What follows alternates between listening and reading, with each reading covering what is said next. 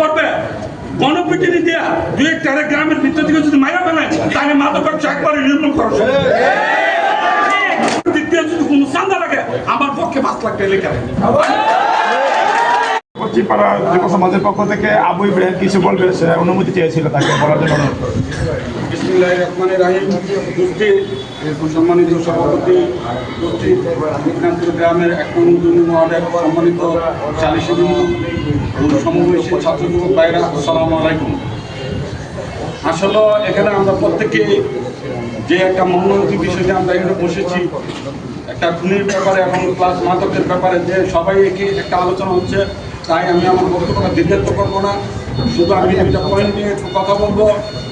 সর্বপ্রথমে আমি বলতে চাই, যদি এই গোপীনাথপুরকে মাদক মুক্ত করতে চান তাহলে সর্বপ্রথমে রক্তের সাথে বেমানি করতে হবে। অর্থাৎ আমার রক্ত একজন ব্যবসায়ী, আমার পাড়ার ভিতরে একজন রক্ত ব্যবসায়ী কুষ্টি, আমি যদি এই রক্ত থেকে তাকাই আর ওই রক্ত থেকে যদি আমার কোনো সহানুভূতি দেখায় তাহলে এই গোপীনাথপুর থেকে মাদক মুক্ত করার কোনো সম্ভব না।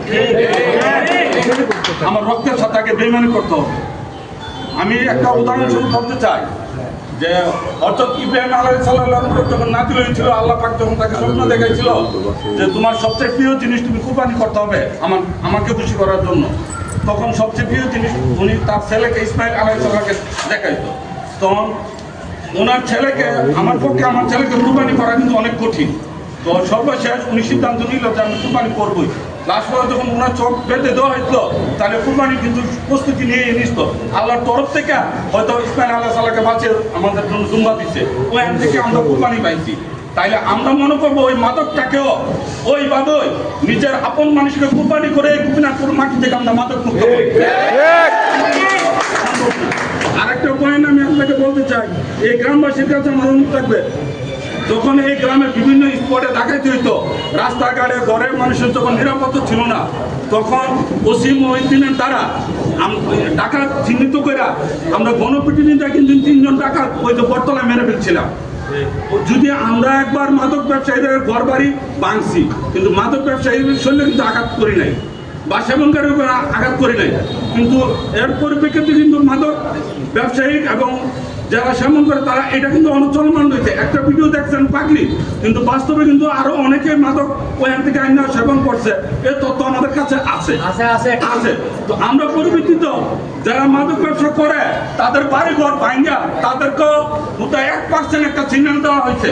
পরিবর্তিত যারা মাদক ব্যবসা করবে গণপিটুনি দিয়া দুই একটা গ্রামের ভিতর থেকে যদি মাইরা ফেলেন তাহলে মাদক ব্যবসা একবারে নির্মূল করা সম্ভব।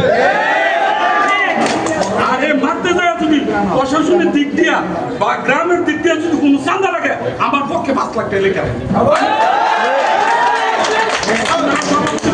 তার কাছে আমার 5 লক্ষ টাকা জমা থাকবে। যখন যদি মার্ডার করতে যায় কোনো যাই যেমন আইনগত আসে, তাহলে আমার এই টাকাটা আপনারা ওই জায়গায় পে করবেন, ইনশাল্লাহ আমি 5 লক্ষ টাকা দেবো। আর একটা কথা আমি বলতে চাই, আপনাদের কাছে আমার এটাই অনুরোধ, আরো কিছু লোক আছে যারা মাদক ব্যবসা করেও না কিন্তু সমাজে কোনো কর্ম করে না। তারা কি করে রাইতে 12টা 1টা বাজে তাদেরকে রুটে গাড়ে রাস্তায় বাজারে দেখা যায়। তাদের উৎস কি? তারা কিভাবে চলে? তারা কোন কারণে রাতে 12টা 1টা বাজে রাস্তাঘাটে থাকবে? আমি সর্বপ্রথম বলছি আপনাদেরকে রক্তের সাথে আগে বেইমানি করতে হবে। আপনি যদি রক্ত ঠিক না করতে পারেন তাহলে গ্রাম রক্ষা করা যাবে না। আগে আপনার রক্তের সাথে প্রয়োজনে তার উপর ছড়ি চালাইতে হবে আগে, নাইলে গ্রাম মুক্ত করা সম্ভব না। আজকে একটা সম্মানিত ব্যক্তি পুরো পৃথিবী সেটা দেখছে, আমাদের গ্রামের জন্য একটা দুর্নাম, আমাদের জন্য একটা কলঙ্ক। যদি উনি আমার রক্ত না হয় কিন্তু বুক পেটে ওনার জন্য আমার কান্না আছে, আমি নিরূপে ওনার জন্য চোখের পানি পালাই। এমন আমার ভিতরে কান্না আছে যে একটা মর্মান্তিক ঘটনা হয়েছে গোপীনাথপুর ইতিহাসে আমি মার্ডার হতে দেখি কিছু হয়েছে আগে অনেক একটু দায় জামালের সম্পর্কে বিভিন্ন নিয়ে, কিন্তু প্রকাশ্যে এমন তোর কোন মার্ডার আমার জীবনে আমি দেখিনি। তো এটা আমাদের জন্য, আমাদের গ্রামকে রক্ষা করার জন্য আমাদের যে পদক্ষেপ নেওয়া দরকার আমরা সেটা নেব ইনশাল্লাহ। আমরা আপনাদের পাশে আছি। আপনারা শুধু কেন আমাদের 5% বলছে যে মাদক ব্যবসায়ী, আর 95% আমরা জনসাধারণ সচেতন। যদি 1-2 টাকা মার্ডার করতে চাই মাদক ব্যবসায়ী যা খারাপ কাজে জড়িত আছে এত কোনো সমস্যা নেই, এবার সে আমার রক্তই হোক আর যেই হোক, আমার রক্ত হলে আমি লিখিত দেবো। যে নেন আমি নেতৃত্ব দিলাম মার্ডার করে ওপেন দুইটা বাইরে মেরে বলে দিতে ওই যে প্রশাসন দিয়া তোর একটু দাঁড়া প্রশাসন দিয়া ও তারা ধরে আনলো প্রশাসন দিলাম 1 মাস 2 মাস পরে সে জামিন নিয়ে আসবে ওই চিন্তা বাদ দিয়ে দেন মাথাতে একবারে ডেট জায়গাতে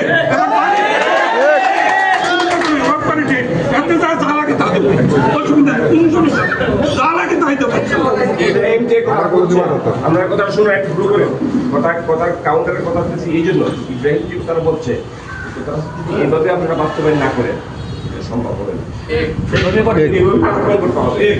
আমার গাড়ি বাঁচাবো, আপনি কাজ করবেন। না, এই ধরনের কিন্তু বহুত আছে। আমি যদি রাখাই দুশো জায়গা আরেকজন বাচ্চা রাখবো এই ধরনের বহুত আছে। আমি বিরুদ্ধে অনুরোধ করবো ইব্রাহিমের পাড়া তালিকা তো কে মাদক ব্যবসায়ী কে রাখা আর রাত্রের রুড়ে ঘুরা পাড়া এই বাজারে যারা এখন বর্তমান দায়িত্ব আছেন তাদেরকে বলবো পাহারাদার চেঞ্জ করেন পাহারাদার চেঞ্জ করে নতুন পাহারাদার দেন বাজারের ভিতরে যদি রাত্রে 10টার পর আমি আসি আমাকে তাদের রাত্র বাঁধবে এই ব্যবস্থা ভূমিকা নেন।